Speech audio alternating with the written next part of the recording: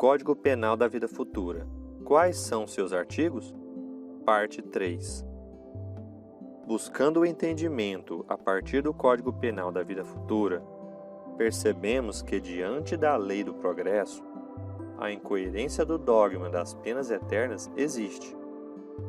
Pois, se assim o fosse, não deixaria qualquer ideia de esperança para aqueles que, por equívoco ou persistência no mal e por sua inferioridade, não se sabe como acabar com seu sofrimento.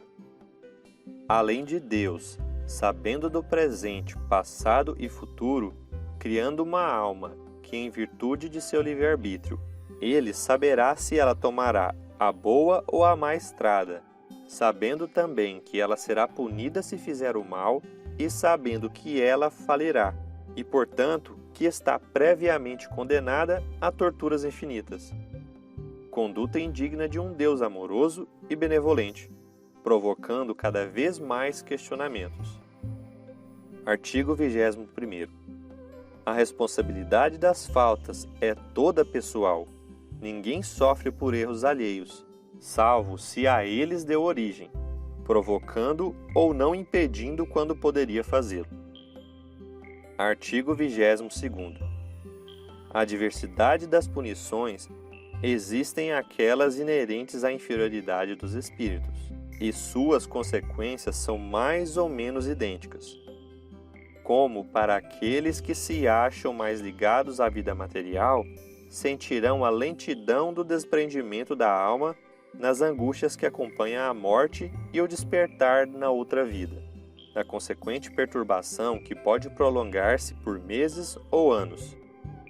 Ao contrário, daqueles que têm a consciência e já na vida material se acham identificados com a vida espiritual, a transição é rápida e sem abalos, comparando-se a um pacífico despertar.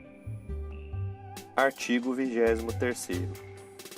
Um fenômeno muito frequente é que espíritos de certa inferioridade moral ainda acreditam estar vivos, podendo permanecer nessa ilusão por muitos anos e até experimentar as necessidades e tormentos da vida.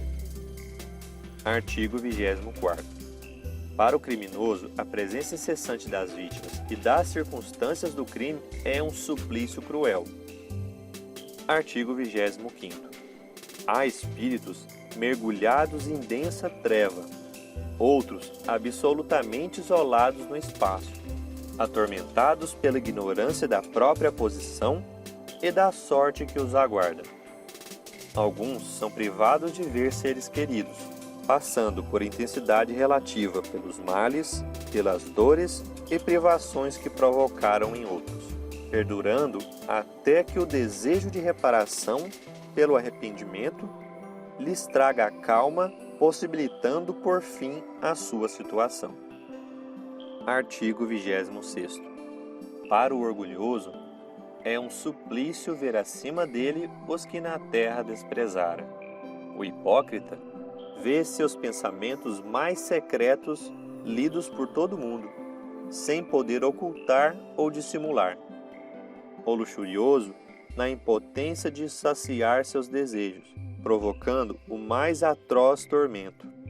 O avaro vê o esbanjamento do seu tesouro, enquanto que o egoísta, desamparado de todos, nem a sede, nem a fome lhe serão mitigadas, pois em vida só de si cuidara. Ninguém dele se compadecerá na morte. Artigo 27º.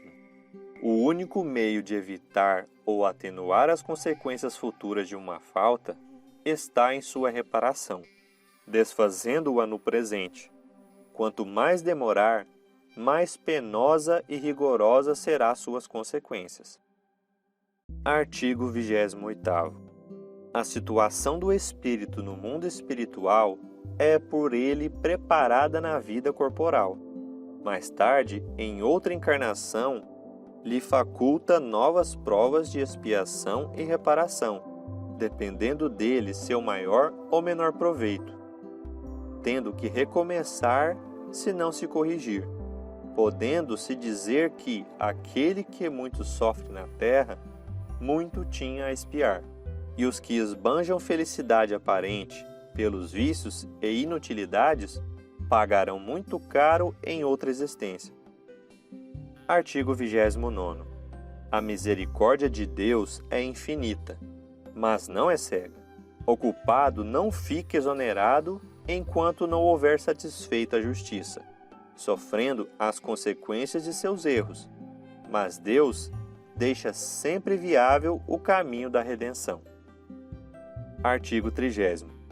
Subordinadas ao arrependimento e à reparação, dependente da vontade humana, as penas fazem o papel de castigos e remédios auxiliares à cura do mal.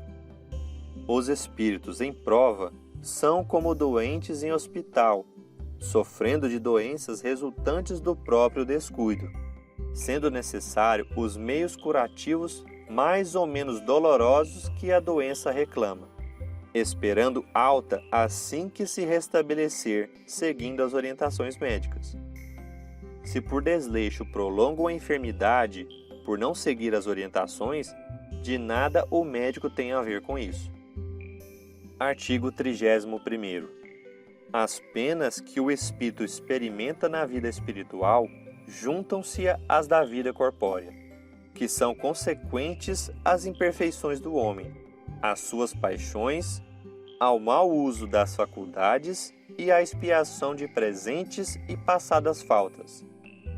É na vida corpórea que o espírito repara o mal de anteriores existências, pondo em prática resoluções tomadas na vida espiritual. Assim, se explicam as misérias e vicissitudes mundanas que, à primeira vista, parecem não ter razão de ser, contendo nelas a justiça divina. Artigo 32º. Questiona-se por que Deus não nos fez perfeitos e infalíveis. Ele poderia ter feito. Se não fez, é que em sua sabedoria quis que o progresso fosse uma lei geral. Injustiça haveria se tivesse criado seres privilegiados, permitindo felicidade que outros, porventura, não atingem senão pelo trabalho, ou que jamais pudessem atingir. Pela igualdade, a justiça divina se manifesta, pois em sua criação os espíritos têm o mesmo ponto de partida, sem exceção. Nada mais justo também que a liberdade de ação a todos, que se abre pelas mesmas condições para atingir a felicidade. Deus fez da felicidade o prêmio do trabalho e não do favoritismo, ou seja, mérito. Todos somos livres no trabalho. O que se apressa, mais cedo recebe a recompensa. O que se desgarra ou perde tempo, não pode reclamar senão de si mesmo. Artigo 33º. A diversidade de gêneros e graus de sofrimento dos espíritos se resume nestes 3 princípios. Primeiro, inerente à imperfeição. Segundo, toda imperfeição ou falta traz o próprio castigo nas consequências naturais e inevitáveis, sem que haja condenação especial para cada falta ou indivíduo. Terceiro, podendo, pela vontade, se libertar das imperfeições, anular os males consecutivos e assegurar a futura felicidade. A cada um segundo suas obras, no céu como na terra, ao chamado da luz.